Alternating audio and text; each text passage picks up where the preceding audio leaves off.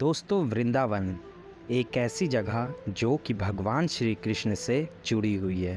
कहते हैं कि भगवान श्री कृष्ण से वृंदावन ऐसे जुड़ा हुआ है जैसे कि पानी में मछली। कृष्णा के बिना वृंदावन अधूरा है। यहाँ पर श्री कृष्ण की लोगों ने अलग अलग रूपों में आराधना की है और इसी भूमि में श्री कृष्ण ने लीलाएं करके इस भूमि के गौरव को बढ़ाया है। तो आइए जानते हैं इसी भूमि से जुड़ी एक ऐसी सच्ची घटना जिसको सुनने के बाद शायद आपके भी आंखों में आंसू आ जाएंगे। तो इस कहानी को अंत तक ज़रूर सुनिएगा और वीडियो अच्छा लगे तो वीडियो को लाइक करिएगा और ऐसे ही रोचक वीडियोस के लिए चैनल को सब्सक्राइब ज़रूर करिएगा। तो कहानी एक संत से शुरू होती है। दरअसल बहुत वर्ष पहले एक संत वृंदावन गए। वो वृंदावन में काफ़ी दिन तक घूमे टहले, भगवान के दर्शन भी किए और काफ़ी दिन वृंदावन में ऐसे ही व्यतीत किए। लेकिन धीरे धीरे एक दिन ऐसा आया कि उनका वहाँ से लौटने का समय हो गया और उन्होंने सोचा जाते जाते मैं भगवान को एक बार भोग लगा लेता हूँ और कुछ प्रसाद ले लेता हूँ। संत ने रामदाने के कुछ लड्डू खरीदे, मंदिर में गए, प्रसाद चढ़ाया और अपने आश्रम में आकर सो गए, क्योंकि उनको सुबह सुबह ही ट्रेन पकड़नी थी और अगले ही दिन वो वृंदावन को छोड़कर जाने वाले थे। सुबह सुबह वो वहाँ से निकल गए और ट्रेन में बैठ गए। ट्रेन वृंदावन से चली और उसको मुगल सराय पहुँचते पहुँचते काफ़ी शाम हो गई और संत को बहुत ही ज़्यादा भूख लगने लगी और उसने सोचा गाड़ी को अभी पटना पहुँचने में लगभग 3-4 घंटे तो लगेंगे ही और मुगल सराय में ट्रेन आधे घंटे तो रुकती ही है। तो उन्होंने सोचा क्यों ना मैं यहीं पे हाथ पैर धोकर संध्या वंदन करके कुछ खा पी लेता हूँ। और संत ने अपने हाथ पैर धोए और जो प्रसाद वो वृंदावन से लेकर आए थे उस प्रसाद का डिब्बा खोला। लेकिन डिब्बा खोलते ही उन्होंने जो देखा उसके अंदर जो लड्डू थे उसमें ढेर सारी चींटियाँ लग गई थीं। उन्होंने धीरे से चींटियों को हटाकर 2 लड्डू खा लिए और बाकी बचे लड्डुओं को उन्होंने सोचा कि मैं वहाँ जाकर प्रसाद के रूप में इसको बांट दूंगा। पर दोस्तों, कहते हैं ना, संत हृदय नवनीत समाना।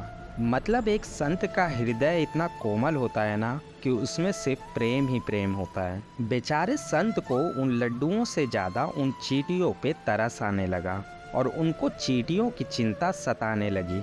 वो सोचने लगे कि ये चींटियाँ वृंदावन से मिठाई के इस डब्बे में आए हैं। बेचारे ये चींटे वृंदावन से मुगल सराय तक ट्रेन में इस डब्बे में आ गए। वो सोचने लगे कि ये चींटे कितने भाग्यशाली थे कि ये वृंदावन की भूमि पे जन्म लिए और मैं इनको इतनी दूर ले आया हूँ और पता नहीं अब इन चींटियों को कितने दिन या कितने जन्म लगेंगे वृंदावन तक वापस पहुँचने में और पता नहीं ब्रिज की धूल इनको वापस नसीब होगी भी या नहीं। वो कहने लगे कि मैंने कितना बड़ा पाप कर दिया है कि इनसे इनका वृंदावन छुड़वा दिया और वो खुद से ही कहने लगे कि नहीं, मुझे वापस जाना होगा। और संत ने उन चींटियों को वापस सावधानी से उसी डिब्बे के अंदर रख दिया और वृंदावन के लिए ट्रेन पकड़ ली। और वृंदावन जाने के बाद वो उसी मिठाई वाले की दुकान पे गए और मिठाई के डब्बे को धरती पे रख दिया और हाथ जोड़कर बैठ गए और कहने लगे मेरे भाग्य में नहीं है कि तेरे ब्रज में रह सकूं, तो मुझे कोई अधिकार भी नहीं है कि जिसके भाग में ब्रज की धूल लिखी है उसे दूर कर सकूं। दुकानदार ने जब ये सब देखा तो वो महाराज के पास आया और महाराज से कहने लगा कि इसमें अगर चींटे लग गए हैं तो कोई बात नहीं, आप दूसरी मिठाई तौलवा लो। संत ने कहा भैया, मिठाई में कोई कमी नहीं थी, इन हाथों से पाप होते होते रह गया, उसी का प्रायश्चित कर रहा हूँ। दुकानदार ने जब सारी बात जानी तो उस संत के पैरों के पास बैठ गया और भावुक हो गया।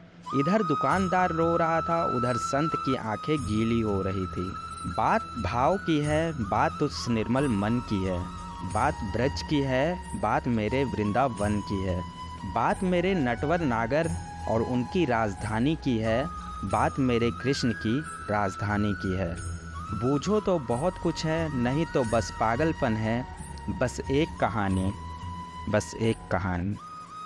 दोस्तों, आप जब भी घर से बाहर जाएं तो घर में विराजमान अपने प्रभु से ज़रूर मिलकर जाएं और जब लौट कर आएँ तो उनसे ज़रूर मिलें, क्योंकि उनको भी आपके घर लौटने का इंतज़ार रहता है।